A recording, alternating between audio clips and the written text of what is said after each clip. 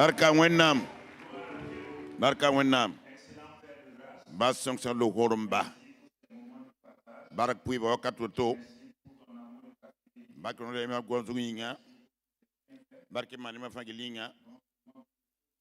Neba Fambe Kawinga. Bienvenue qui est ton Impact TV pourra. Ne réseaux sur ma pourra. Alors on dit n'y a pas Fansugu. Azizi la pourra. Amen. Zindia. Voilà. Ton peut ka din yelinga. Ni ba pom de weler ni weler dina ne si pour yala.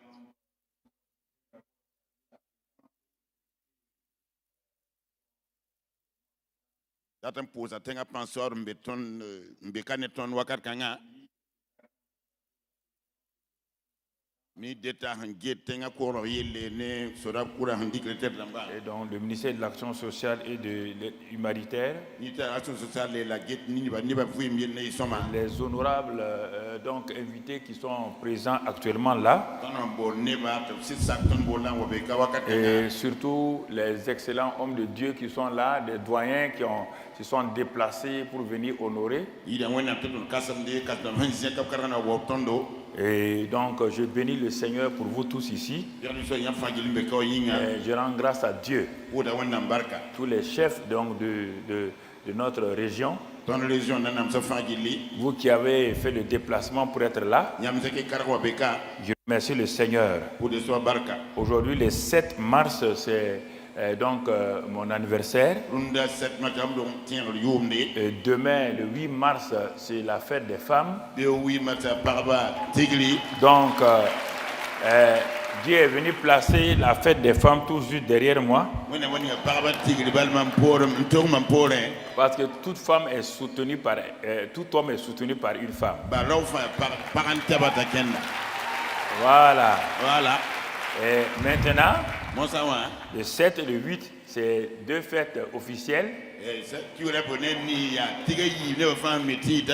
Donc, par le pouvoir qui m'a été donné, je déclare que le 10 mars, c'est la fête des Moussi.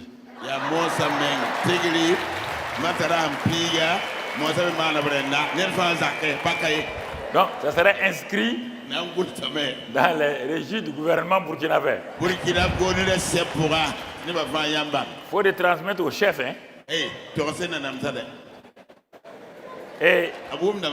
ça à sa majesté le Moro Naba. L'armée là-bas, et que l'armée là-bas aille voir sa majesté le Moro Naba pour dire que le chef suprême des Moussi a décrété.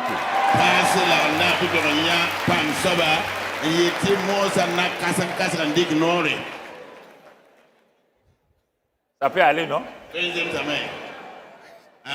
Ok.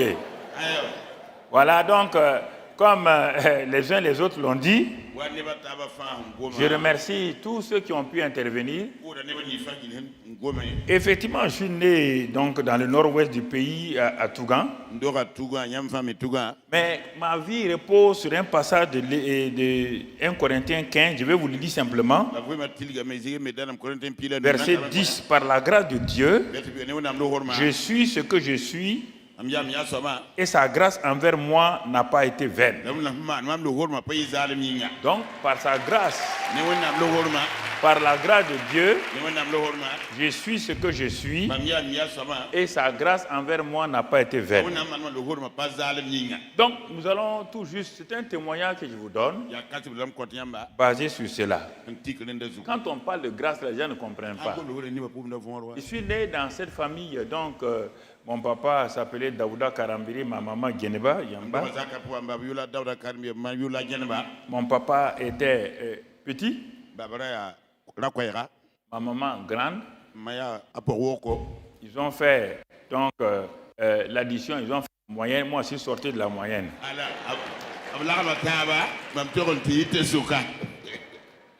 Donc vous voyez, et c'est comme cela. Mais mon papa était un homme très, vraiment simple. Un homme très humble. Un homme qui n'aime pas les critiques. Quand tu viens critiquer quelqu'un à côté de lui, il se lève, il s'en va. Mais ma maman était engagée. Une femme de compassion. J'ai appris la compassion avec elle. Elle prend notre nourriture pour partager à tous les pauvres du quartier. Et nous, on lui dit, mais il y a quoi? Elle dit, mais à cause de ça, vous ne serez jamais abandonné par Dieu.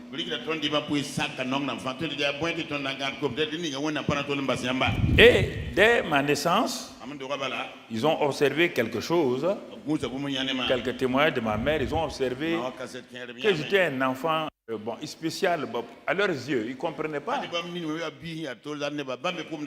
Donc, j'étais pris à gauche, à droite. Les gens m'amenaient dans leur maison. Chacun vient me prendre. Je reviens, je ne suis pas malade. Et à un moment donné, quand je suis arrivé à 3 ans, je suivais ma grand-mère qui partait faire le dolo. Elle préparait le dolo. Et puis ensuite, on s'en va au cabaret. Et le soir, quand on revient du cabaret, ma grand-mère danse. Moi aussi, derrière, je danse aussi. Tous les deux, on est sous.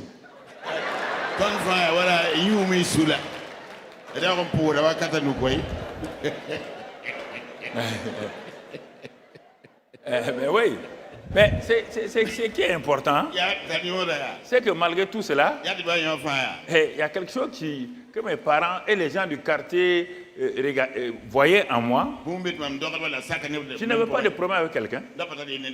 Non. Tu me fais du mal, ça ne me dit rien.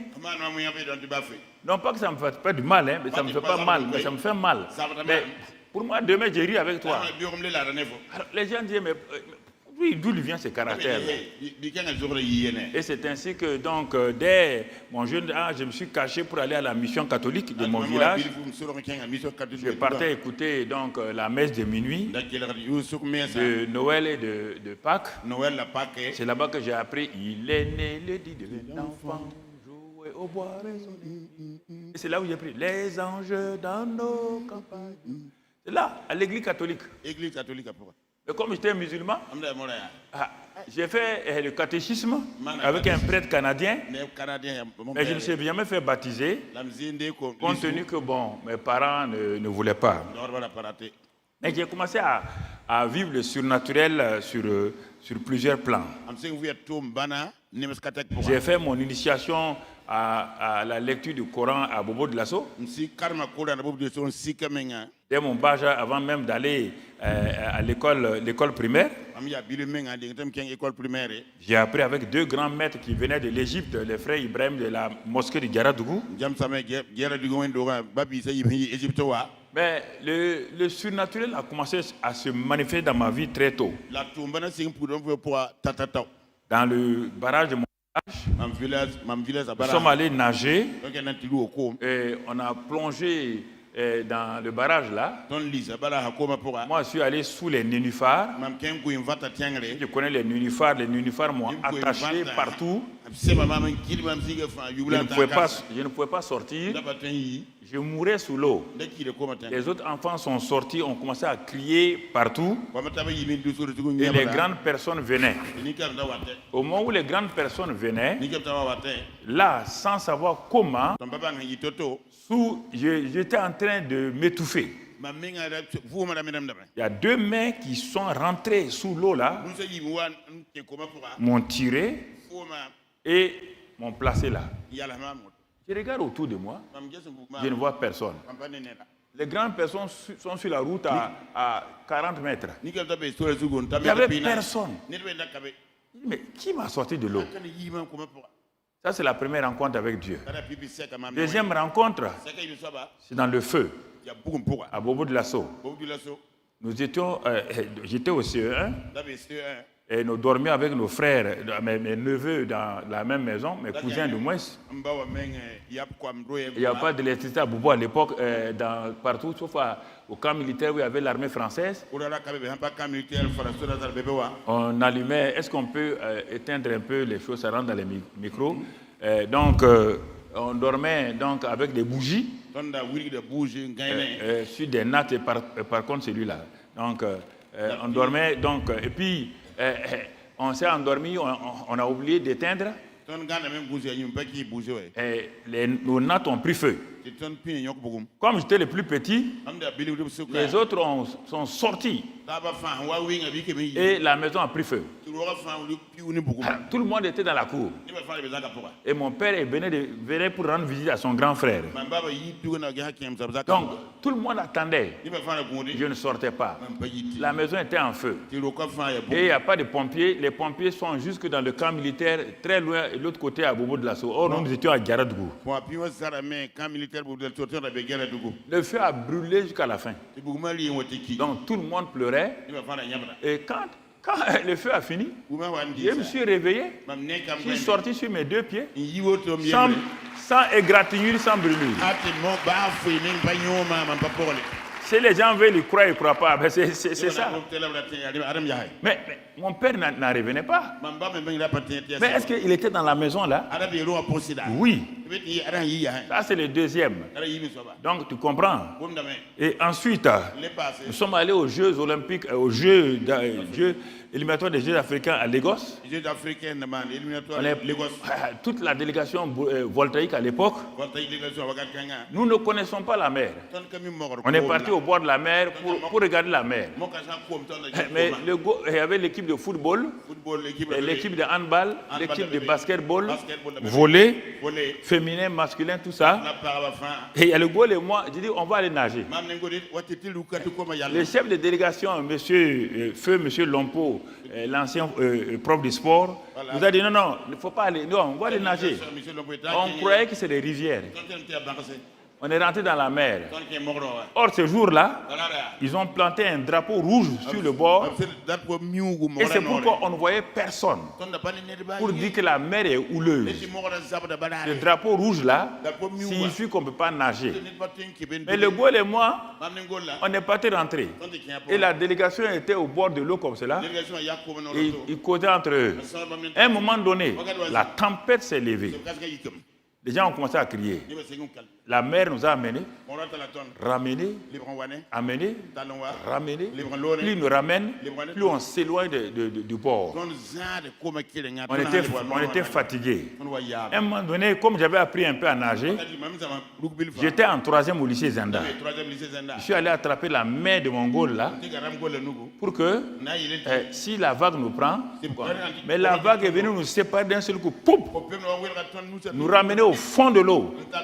Et maintenant, une vague très haute venait derrière. Donc, les gens criaient. On ne sait pas comment. Je ne connais pas Dieu. Mais j'ai crié, oh Dieu.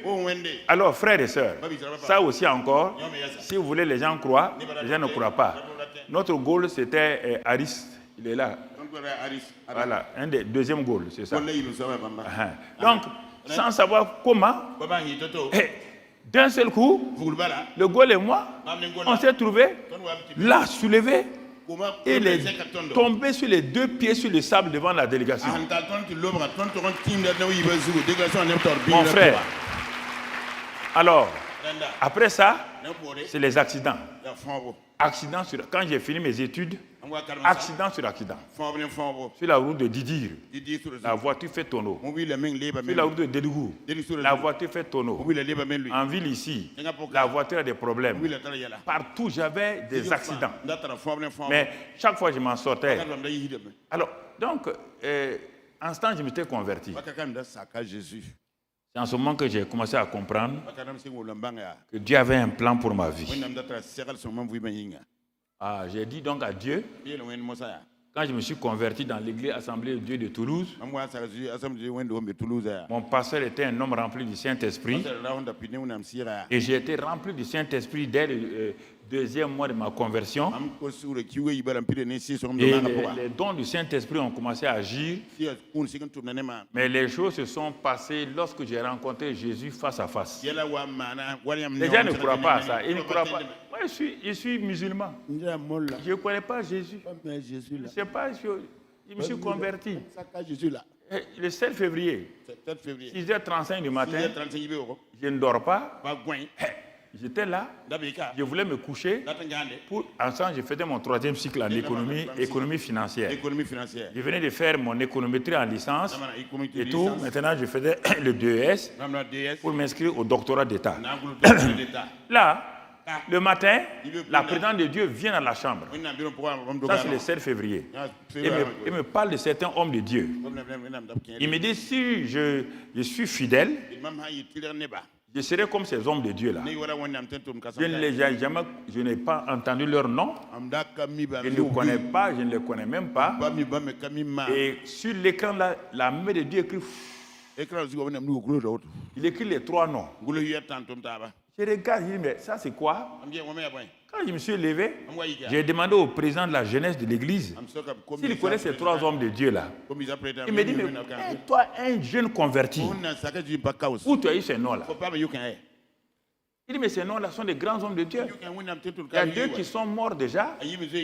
Smith Wigglesworth et William Branham. Et le vivant là, c'est T.L. Osborne. Il m'a expliqué la vie de ces 3 hommes de Dieu. Ce qui leur est arrivé. Mais il dit, où tu as eu ces noms? Je ne lui ai rien dit.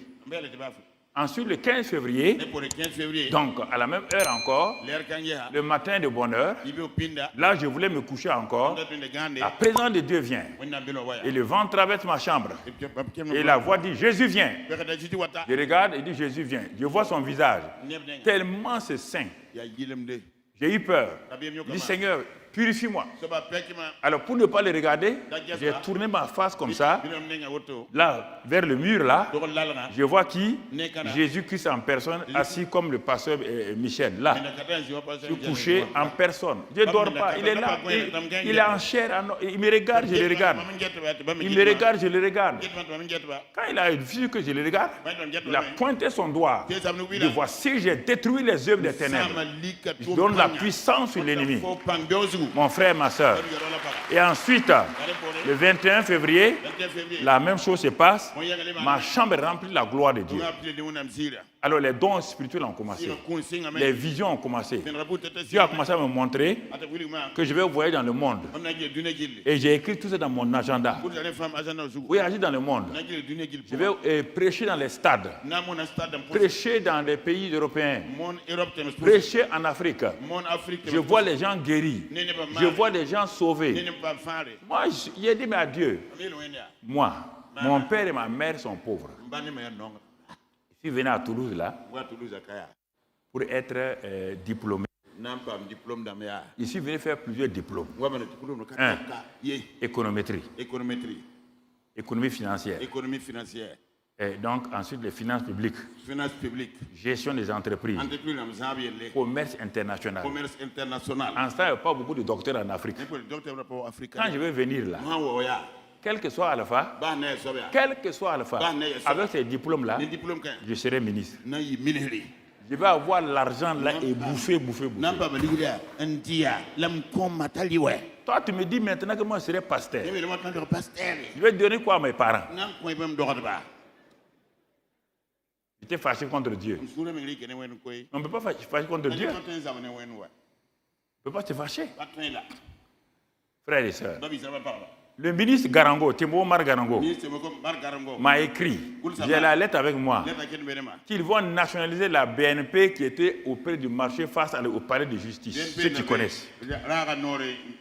Ils vont la transformer en Bissia. Il me dit de venir, je vais aller faire l'école de banque et je serai directeur. J'ai la lettre encore de Timbo Omar Garango. Je ne le connaissais pas. Il est parti au bureau des bourses, il a demandé l'adresse. Ceux qui font économie, il m'a écrit. J'ai dit, monsieur le ministre, moi je ne veux pas banque de second rang.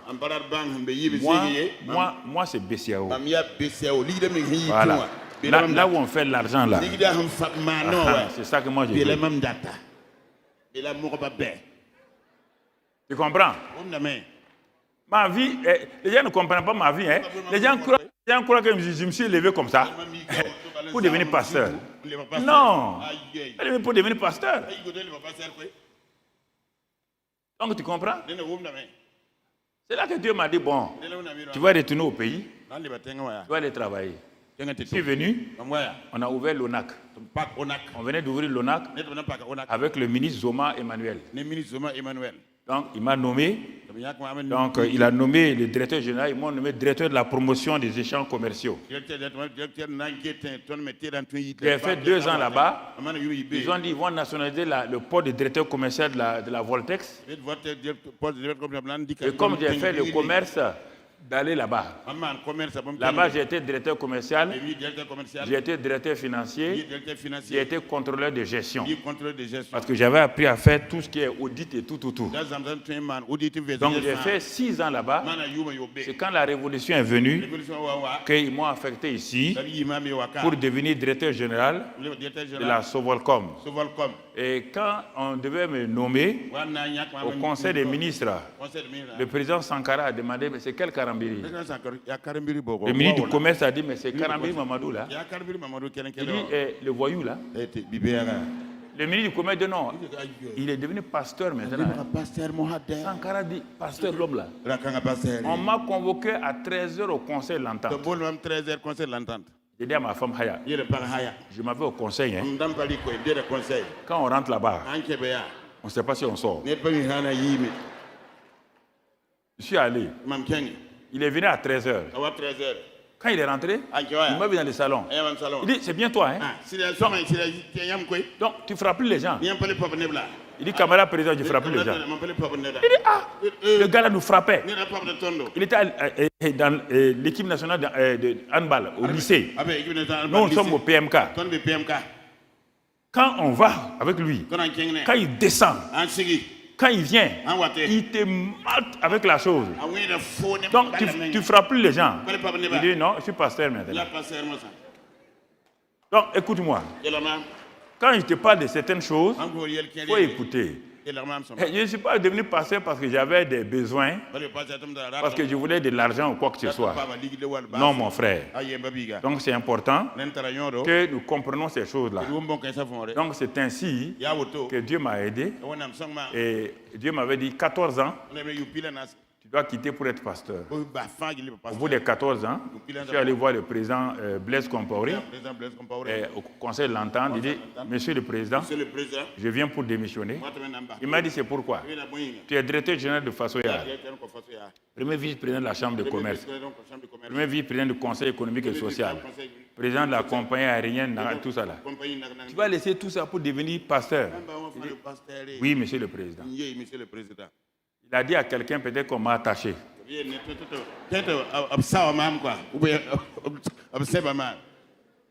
gens ont dit non, peut-être il a volé l'argent. Non, il va laisser tout ça pour devenir pasteur. Même au village, on m'a convoqué. On m'a convoqué au village. Hein. Il y avait téléphone, hein? Mais ils m'ont convoqué par télégramme. Télégramme, ça veut dire que c'est chaud. Mais je ne regrette pas. Donc, en 90, j'étais libre totalement. Et j'ai commencé à prêcher maintenant. Je prêchais déjà. Dieu m'a dit, tu vas aller dans le monde entier. J'attendais ce temps-là. Et le temps est arrivé. Dieu a commencé à ouvrir les portes. Les portes. J'ai commencé à voyager. Donc la puissance de Dieu se manifestait. Donc j'ai fait toute la France où j'étais converti. Et maintenant je partais dans les églises françaises, à Marseille, Montpellier, partout. Je prêchais. La puissance de Dieu se manifestait.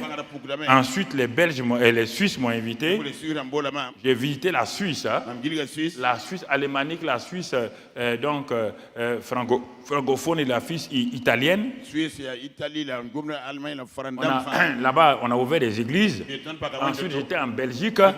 Après, j'étais en Italie, à Rome, où nous avons des églises actuellement. J'ai commencé à voyager dans le monde. Donc, de Maroc, Égypte, Maroc, Algérie, Éthiopie, Afrique du Sud. J'ai commencé à aller de pays en pays pour prêcher l'évangile. Après là-bas, excusez-moi, j'étais invité au Canada. Après le Canada, les États-Unis. J'ai fait les États-Unis de la côte ouest, la côte est, de l'État de Washington DC, jusqu'en Floride, donc Iowa. Donc partout, Tennessee, Caroline, j'ai tous les États-Unis. Mon frère. Ensuite le Brésil, l'Amérique latine. Après l'Asie, l'Inde, Thaïlande. Je partais prêcher. Les gens ne comprenaient pas. Qu'est-ce que, écoutez. Il y a des choses que vous devez savoir. C'est pourquoi je n'ai pas peur. Tu vas me faire peur, pourquoi? Pourquoi? Comment? J'ai rencontré toutes sortes de difficultés. Toutes sortes de difficultés. Dieu m'a délivré. Et Dieu m'a dit, je t'ai établi pour un but. Tu vas le comprendre. Et un jour, il m'a dit, regarde les nations là. Les nations là. Je vais t'établir, tu vas aller de nation en nation. Tu vas dire aux différentes autorités ce que je leur dis là, ce que je te dis là, tu vas leur dire. S'ils ne veulent pas, ça va leur arriver. Il dit, mais Seigneur, je ne suis pas politicien. Mais je vais aller faire quoi là-bas? Il me dit, je t'ai placé pour que tu sois une voix. C'est ainsi attendez, là c'est important. Il m'a parlé. Il m'a d'aller voir le papa Lamizana. Je suis allé le voir. Je lui ai dit, papa, voilà ça. Il m'a dit, tu as raison, mon fils. Un mois plus tard, il est parti, comme je lui ai dit. Le colonel est venu.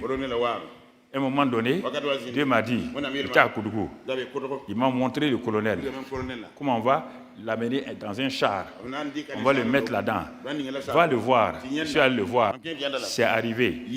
Mon frère, le président JBO, le président Sankara, ce qui allait arriver le 15 octobre. Dieu m'a dit d'avance. Il y a des témoins à Ouagadougou. J'ai dit, j'ai écrit, envoyé au conseil de l'entente. Ils n'ont pas pris au sérieux. C'est arrivé textuellement. Le président Blaise, il est là, il est à Abidjan. Il peut m'écouter. Je suis allé le voir. Voilà ce que Dieu m'a dit. Maintenant, ton règne va finir. S'il n'y a pas ça, il est parti. Ils sont tous là, tous sans exception. Sans exception. Mon frère, ma soeur, le reste là, ce qui se passe actuellement là, je préfère garder ça. Non. C'est important. Dieu m'a dit de ne pas avoir peur. Ce n'est pas ici seulement. Mobutu. Quand il y a eu la conférence j'étais à Kinshasa pour la conférence panafricaine. Dieu m'a dit, vous allez envoyer une équipe à Badolité. Ça devait durer 15 minutes. La réunion a duré 3 heures. Mobutu a dit, mais ce n'est pas possible.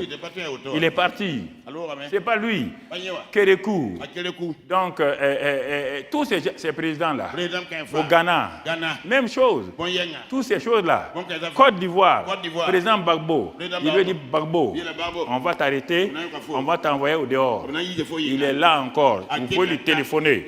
Il va vous dire ça, mais tu vas revenir, tu vas souffrir parce que tu t'es fait avoir par des jeunes pasteurs qui ont menti et qui t'ont raconté des histoires. Mali, même chose, partout. Donc Togo, je suis allé pour réconcilier Donc Dieu m'a dit, je vais t'envoyer dans le monde. En Europe, partout. Il y a des endroits où je ne vais même pas dire le nom. Parce que c'est des secrets pour moi.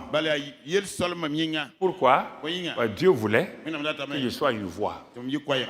Vous entendez? Non, attendez. Ce n'est pas une affaire c'est pas une affaire d'applaudir. Vous ne comprenez pas. Parce que qui va venir devant là, si vous ne prenez pas garde, je vous le dis à haute intelligible voix. Quand je dis aux gens, il y a ça, en juillet 2020, qu'est-ce que j'ai dit ici? Ici, là.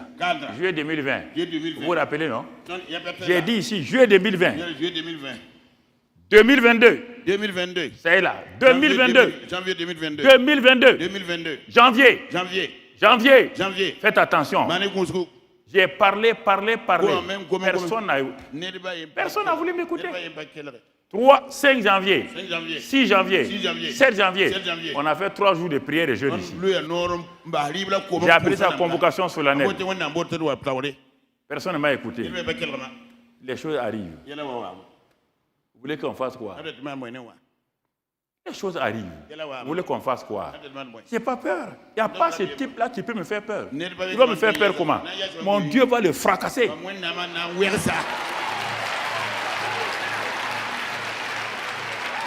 Non. Écoute-moi. Écoute-moi. Je n'ai pas choisi ça. Je n'ai pas choisi d'être ça. Non. Actuellement, j'ai mes amis dans partout. Les grands chefs musulmans là. Il y a mes amis. Le cardinal. Il y a mes amis. Par toutes les religions, les chefs coutumiers. J'ai mes amis. Je suis avec tout le monde. Je ne joue pas. Est-ce que vous comprenez? Si je parle aujourd'hui là, j'ai 75 ans, ce qui me reste là, la dernière partie de ma vie là, c'est que Dieu m'a dit là, c'est ce que vous allez voir. Écoutez-moi, hein. Écoutez, non, il ne faut pas applaudir les jeunes là. Écoutez, la dernière partie, je vais m'arrêter parce que le protocole dit que mon temps est venu. Si nous voulons écouter, écoutons. Les gens croient que je suis là pour... Je vais faire quoi? Moi, je suis dans ma chambre. Ma femme le voit là. Pour que ma femme même me voit, c'est un problème. Je suis dans ma chambre. Je ne vois personne que Dieu. Je ne vois que personne que Dieu. Mes enfants, pour me voir, c'est difficile. Aujourd'hui, c'est mon anniversaire. Là. Tu vas à la maison, demande à quelqu'un qui m'a vu dans le salon, même si quelqu'un m'a vu dans le salon. Personne. Je suis dans ma chambre cachée là-bas. Je parle à Dieu. Je vois Dieu. Si tu veux te croire, si tu ne crois pas, ça te regarde. Il me parle. Ce qu'il dit encore, il me parle. C'est pourquoi, quand je dis à certains, faites ceci, il faut le faire. Je ne dis pas ça pour vous embêter. Vaut mieux me taire pour la suite. J'ai déjà parlé, je vais continuer à parler, mais je vais m'arrêter là pour que vous sachiez que c'est des choses réelles. Il ne faut pas jouer avec Dieu. Hein. Les temps deviennent difficiles. Les temps deviennent très très difficiles. Est-ce qu'on peut préparer les livres là? Au moment où ils vont continuer, donc je demanderai à 3 jeunes frères de l'accueil et tout. Ils vont m'aider. C'est le 32e ou 33. Régime de la grâce. 35e. C'est le 35e livre qui vient de sortir aujourd'hui même. Le régime de la grâce. Si tu es chrétien, tu ne comprends pas le régime de la grâce. Tu as des problèmes. est-ce qu'il y a 2 ou 3 frères de la queue ou de la chose qui peuvent venir rapidement des jeunes pour qu'on distribue les livres? En ce moment-là, les autres vont... tu viens là, celui qui doit diriger les MC, donne à partir de... voilà, donne aux autorités. Voilà. Je vais donner au ministre. Non, attends, c'est moi qui vais donner ici, là. Toi, tu es petit pour donner à lui. Hey. Voilà. Voilà. Hey. Non, bon, ok, merci. Ah, ils vous ont donné? Bon, donnez à votre épouse. Ah, mais Big Man, ils vous ont donné déjà? Ils vous ont donné. Bon, ça, c'est, vous donnez ça au Larlé, ça, c'est pour vous-même. Ok, ça va? Il n'y a pas d'autres personnes là-bas? Bon, ça va sortir nombreux, donc on va vous donner. Voilà. Il y a mes beaux là qui sont ici, donc je vais donner à Oula Katale. Hein? Ah oui, c'est ça. Mais Imi Kafendigo. Les gens du Saint-Esprit là, vous verrez après. Voilà, donc et je vais m'arrêter là. Je crois que j'ai voulu parler ce qui est dans mon cœur. Ce n'est pas une prédication, c'est un témoignage. Nous sommes à un tournant important du monde. Ne jouons pas avec Dieu. Ne faisons attention à ces choses-là. Que Dieu vous bénisse. Sa grâce soit sur vous.